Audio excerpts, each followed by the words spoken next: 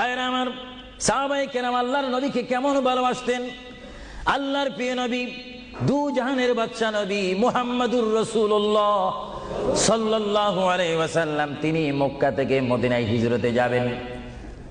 মাতৃভূমি থেকে মক্কা শরীফ থেকে তিনি মদিনাতুল মুনাওয়ারা শরীফে যাবেন।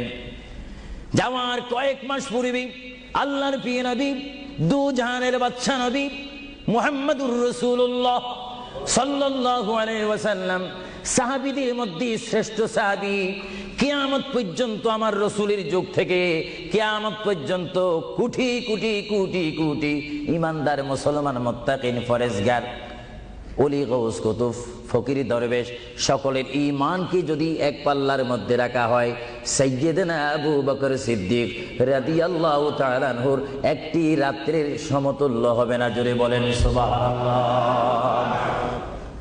সমস্ত ঈমানদারের ইবাদত যদি এক পাল্লাতে রাখা হয়, সাইয়্যিদনা আবু বকর সিদ্দিক রাদিয়াল্লাহু তাআলা আনহু এক রাতে যেই ভালোবাসা রাসূলকে দেখিয়েছেন, তার পরিমাণ ভালোবাসা সমগ্র সৃষ্টি জগতের মুসলমানের হবে না। চিৎকার দিব সুবহানাল্লাহ। সাইয়্যিদনা আবু বকর সিদ্দিককে আল্লাহ রাসূল বললেন, আবু বকর, আমি আমার মায়ের দেশ, আমি আমার বাবার দেশ, আমি আমার দাদার দেশ মক্কাতুল মুআজ্জামা, মক্কা শরীফ মাতৃভূমি ছেড়ে আল্লাহর হুকুমে কাফেরদের অত্যাচারে আমাকে এখান থেকে হিজরত করে চলে যেতে হবে। যদি আমি হিজরত করি, আবু বকর, তুমি আমার সঙ্গী হয়ে থাকবে। চিৎকার দিয়ে বলুন সুবহানাল্লাহ।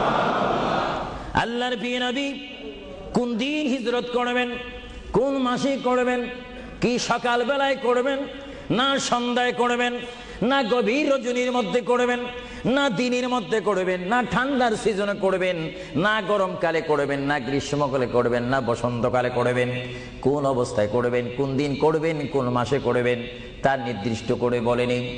আল্লাহর প্যারা নবী, দু জাহানের বাদশা নবী মুহাম্মদুর রাসূলুল্লাহ হিজরত করার টাইমে সাইয়্যিদানা আলী রাদিয়াল্লাহু তাআলা আনহুকে ডাক দিয়ে বলে, আলী, আমি হিজরত করব, আমি রাত্রের আঁধার অবস্থার মধ্যে মাতৃভূমি ছেড়ে চলে যাব। আলী, তুমি আমার বিছনার মধ্যে শুয়ে থাকবে, কম্বলখানা গায়ে দিয়ে শুয়ে থাকবে। আলী, কাফেররা তোমাকে মারার জন্য চেষ্টা করবে, কিন্তু তোমাকে মারতে পারবে না। আলী, আমি যাওয়ার টাইমে অনেকের আমানত টাকা পয়সা আমার কাছে রয়েছে, আমি তোমার হাতের মধ্যে দিয়ে দিলাম। সকাল যখন হয়ে যাবে, তুমি তাদের আমানতগুলা তাদের কাছে পৌঁছাই দিবে। এতে প্রমাণ হলো হযরত আলী যদিও নবীর বিছনার মধ্যে ঘুমিয়ে যায়, তারপর আলীকে মারা যাবে না, যেহেতু যদি আলী মরে যাইতেন, আলীর নিকটে আমার নবী আমানত রাখতেন না। জোরে বলেন সুবহানাল্লাহ। আরো জোরে বলেন সুবহানাল্লাহ। তাহলে কাফেররা দে আলীকে মারতে পারবেন না, এটা নবী জানে কি জানে না? আওয়াজটা ডাউন হয়ে গেল। উচ্চ সুরে বলেন, নবী জানে কি জানে না? নবীকে জানার ক্ষমতা দিয়েছেন কে? আল্লাহ। কারণ নবীর টিচার তো কোনো ব্যক্তি নয়, নবীর টিচার কোনো ফেরেশতা নয়, নবীর শিক্ষক কোনো মানুষ নয়, নবীর শিক্ষক একমাত্র হচ্ছে আল্লাহ। জোরে বলুন কে? আরো জোরে বলুন কে? আল্লাহ যার শিক্ষক, তার এলেমের কি কমতি আছে নাকি? হযরত আলী জীবনকে ভয় না করে তিনি রাসূলুল্লাহর পালঙ্কের মধ্যে তিনি শুয়ে পড়লেন, বিছনার মধ্যে শুয়ে পড়লেন। যখন শুয়ে পড়ল, কাফেররা প্রবেশ করে দেখেন ওই চকির মধ্যে নিশ্চয়ই মুহাম্মদ ঘুমিয়ে আছে। বলেন সাল্লাল্লাহু আলাইহি ওয়াসাল্লাম। কম্বলখানা উঠি তারা দেখলেন মুহাম্মদের স্থানে শুয়ে আছেন শের খোদা হযরত আলী। কাফেররা বলল, আলী, আমরা তো ইচ্ছা করলে তোমাকে জবা করে দিতে পারি বা তোমাকে জমায় করে দিতে পারতাম। আলী, তুমি কেন এই বিছনার মধ্যে শুয়ে আছো? হযরত আলী চোখের পানি ছেড়ে বলে, এ কাফেররা, তোমরা এখনো পর্যন্ত আমার হাবিবকে চিনতে পারোনি, আমার নবীকে চিনতে পারোনি। আমার নবী শুধু এখানে আমাকে শোয়াইছেন, ঈমান পরীক্ষা করেছেন, শুধু তাই নয়, আগামী দিন সকাল বেলায় মানুষের আমানতের জিনিস মানুষের কাছে পৌঁছে দেওয়ার জন্য রাসূলুল্লাহ তাও আমাকে বলেছেন।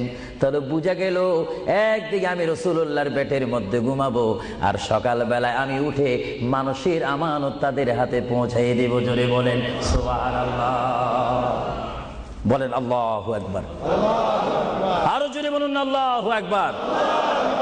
মহান নবীকে এত সুন্দর করে পৃথিবীতে পাঠিয়েছেন আল্লাহ। জোরে বলেন কে? তাহলে ভাইয়েরা আমার, কেউ যদি আমাকে মারতে আসে আর আমি যদি জানি আমার পালকের মধ্যে যদি আমি শুয়ে থাকি কেউ আমাকে জবা করে দিবে, আর এই টাইমে যদি আমার ভাইকে যদি আমি বলি, বিশেষ করে সভাপতিকে যদি বলি আপনি একটু আমার পালকে ঘুমান, উনি বলবে আমার সভাপতির প্রয়োজন নেই, আমার জান বাঁচা ফরজ, বসবে না, থাকবে না। আর সাহাবায়ে কেরাম জেনে শুনে মেনে ইচ্ছা করে নিজের জীবন প্রতি মুহূর্তে মুহাম্মদ রাসূলুল্লাহ চরণের মধ্যে দেওয়ার জন্য প্রতি ওয়াক্তে প্রস্তুত ছিল। চিৎকার দিয়ে বলেন সুবহানাল্লাহ। আল্লাহর পেয়ারা নবী হিজরত তিনি শুরু করলেন। আল্লাহর পেয়ারা নবী মায়ের দেশ মক্কা শরীফ থেকে আল্লাহর নবী চলে যাচ্ছেন। চলে যাওয়ার টাইমে সাইয়্যিদানা আবু বকর সিদ্দিকের ঘরের মধ্যে গেলেন। সাইয়্যিদানা আবু বকর সিদ্দিক রাদিয়াল্লাহু তাআলা আনহুর ঘরের দরজার মধ্যে আল্লাহর প্রিয় নবী গিয়ে ডাক দিলেন, ইয়া আবু বকর, ইয়া আবু বকর, ইয়া আবু বকর করে যখন ডাক দিলেন, সাইয়্যিদানা আবু বকর সিদ্দিক রাদিয়াল্লাহু তাআলা আনহু একটা সেকেন্ড দেরি না করে সঙ্গে সঙ্গে বললেন, ইয়া রাসূলুল্লাহ, ইয়া রাসূলুল্লাহ।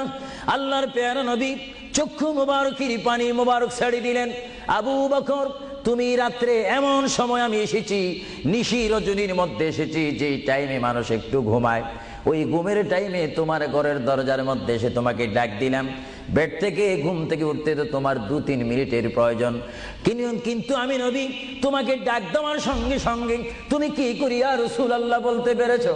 হযরতে আবু বকর চোখের পানি ছেড়ে বলে, হুজুর আপনি আপনার সঙ্গে আমাকে হিজরতের কথা বলেছেন, কোন দিন হিজরত করতে হবে তা আপনি নির্দিষ্ট বলেন নেই। হুজুর আজকে কয়েক মাস অতীত হয়ে গেল আমার জীবনের মধ্যে আরামের ঘুমকে হারাম করে দিয়ে, রাত যখন হয়ে যায় আমার পিঠটা দরজার সাথে লাগিয়ে আমার কানটা দরজার সাথে লাগিয়ে রাখতাম, আল্লাহর নবী কখন আমাকে ডাক দেয়। জোরে বলেন সুবহানাল্লাহ, আরো জোরে বলেন সুবহানাল্লাহ।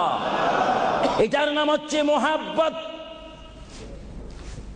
যারা রাসূলুল্লাহর মুহাব্বত করে তারা অবশ্যই আল্লাহর মুহাব্বত আদায় হয়ে যায়। সুবহানাল্লাহ। আপনারা বলেন রাসূলুল্লাহ কার রাসূল? আরো জোরে বলুন না, কার রাসূল? ওনাকে রাসূল করে পাঠিয়েছেন কে? ওনাকে হেফাজত করার দায়িত্ব কার? ওনার জবানের হেফাজত করার দায়িত্ব কার? ওনাকে ভালোবাসার দায়িত্ব কার? আমরা যদি রাসূলকে ভালোবাসি আল্লাহ কি খুশি হবে না বেজার হবে? এজন্য ভাইয়েরা আমার, সাইয়্যিদানা আবু বকর সিদ্দিক রাদিয়াল্লাহু তাআলা আনহু তিনি নবীকে এমনই ভালোবাসতেন, যারা রাসূলকে পৃথিবীর বুকে এমনি ভাবে ভালোবাসতে পেরেছেন তারাই হয়েছেন আখিরাতের জান্নাত পাওয়ার গ্যারান্টি সার্টিফিকেট তারা পৃথিবী থেকে লাভ করেছেন। চিৎকার দিয়ে বলুন সুবহানাল্লাহ।